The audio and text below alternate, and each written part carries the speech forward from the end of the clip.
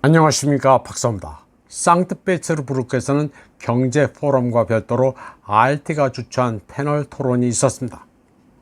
프로그램 제목은 악의 제국, 서방은 성공적으로 러시아를 악마화했나입니다.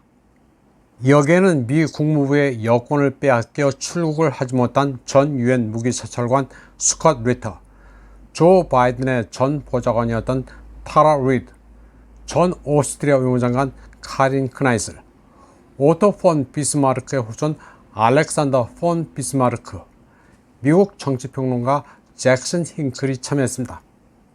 이 자리에서 우선 스콧 리터는 서구 국가와 언론들이 러시아를 적으로 이미지화하고 있으며 러시아를 저지하기 위한 자원 할당을 정당화하기에 그런 이미지를 이용하고 있다고 말했습니다. 그는 서방이 러시아의 진정한 이미지를 억압하면서 마치 러시아를 대결할 가치가 있는 것처럼 보이게 하려 한다고 말했습니다. 그리고 러시아에 대한 잘못된 이미지를 고치고 러시아에 접근하면 누구나 국가의 적으로 간주된다고 말했습니다.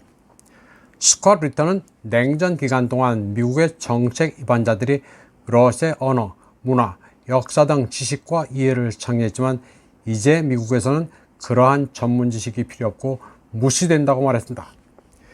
그는 현재 미국의 외교가와 군부에서는 적에 대해 배우지도 않고 오히려 적을 경멸하고 미워하도록 훈련받은 사람들이 근무한다고 말했습니다. 그는 워싱턴의 해결책은 러시아에 대한 지식을 진지하게 받아들이는 것이라고 말했습니다. 타라 리드는 미국의 반러시아 감정은 완전히 정치 엘리트들에 의해 만들어졌다고 말했습니다. 그리고 이는 오로지 돈 때문이라고 했습니다. 그녀는 현재 방산업체에서 일하는 일부 전직 미국 관료들이 우크라이나에 무기를 공급한 수혜자라고 설명했습니다. 미국에서 러소포비아의 근본적인 이유는 전적으로 금전적이며 엘리트 정치계층의 이익 때문이라고 말했습니다. 타라 리드는 미국의 러소포비아가 오바마, 바이든 행정부는 물론이고 공화당과 군산 복합체에 의해 만들어졌다고 말했습니다. 타라 리드는 러시아의 망명에 살고 있는데 그녀는 미국 시스템 전체가 정보기관, 군대, 블랙락, 레이션, 로키드 같은 기업에 장악되어 있다고 말했습니다. 그녀는 미국의 러소포비아가 별게 아니라 다 경제적, 금전적인 것이라고 설명했습니다. 타라 리드는 그 사례로 CIA 국장을 역임했다가 레이션의 이사직을 맡고 있는 레온 파네타를 들었습니다. 그러면서 바이든 행정부가 우크라이나에 무기 지원을 해야 한다고 떠드는 이유도 미국 국민의 돈으로 레이션과 로키드를 살찌우기 위해서라고 말했습니다. 정치평론가 잭슨 힝클은 미국인들은 우크라이나 지원 대신 도로, 인프라, 기차, 비행기를 수리하는데 자금이 쓰여지기를 원한다고 말했습니다. 그러나 미국의 외교정책은 전 세계를 적대시하고 있기 때문에 워싱턴이 영향력을 잃고 있다고 말했습니다. 그리고 미국인들은 경제적 타락과 비참함에 직면해 있다면서 미국의 글로벌 헤게모니 추구가 미국을 재앙으로 이끌고 있다고 말했습니다. 그러면서 단극성은 계속 존재할 수 없으며 언제까지 세계의 1%가 99%의 목을 밟고 서 있을 수 없다고 말했습니다. 카린 크나이슬 전 오스트리아 외무장관은 한때 표현의 자유와 법치주의를 수용했던 유럽연합은 이제 먼 기억이 됐다고 말했습니다.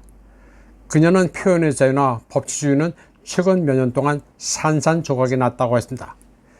그녀는 유럽이 언젠가 경제적, 정치적 문제를 처리할 수 있을지는 몰라도 유럽은 영혼을 잃었다고 평가했습니다. 크나이슬은 유럽이 법치주의, 자유, 남녀평등, 안보, 복지 등으로 예전에는 세계의 다른 나라 사람들에게 꿈의 나라였지만 지금은 모든 게 사라져 개탄스럽다고 말했습니다. 그녀는 유럽연합이 에너지 위기와 경제 불안 같은 문제는 결국 극복은 하겠지만 민주적 자유의 상실은 적어도 한두 세대 안에는 극복할 수 없다고 말했습니다. 알렉산더 폰 비스마르크는 유럽이 영혼을 잃었다는 데는 동의했지만 젊은이들의 경우에는 희망을 가질 수 있다고 말했습니다. 젊은 층의 80%는 주류 언론, 정부의 말이나 행동을 믿지 않고 독립적 견해를 갖는 소셜미디어에 더 의존한다고 말했습니다.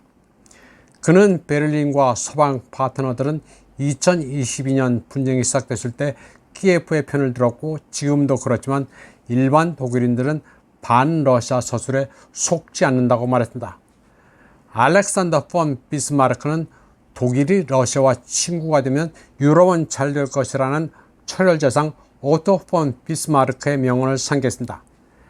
그는 소셜미디어를 통해 전 세계적으로 소통하고 정치적 의제에 영향 없이 의견을 형성할 수 있는 기회를 가진 젊은 세대가 베를린의 정책을 바꿀 수 있다는 믿음을 갖고 있다고 말했습니다. 그러면서 그렇지 않으면 독일이 미국의 명령에 따라 계속 행동함으로써 우크라이나 분쟁에서 가장 큰 패자가 될 수 있다고 경고했습니다. 이번 방송은 여기까지 하겠습니다. 시청해주신 여러분 감사합니다.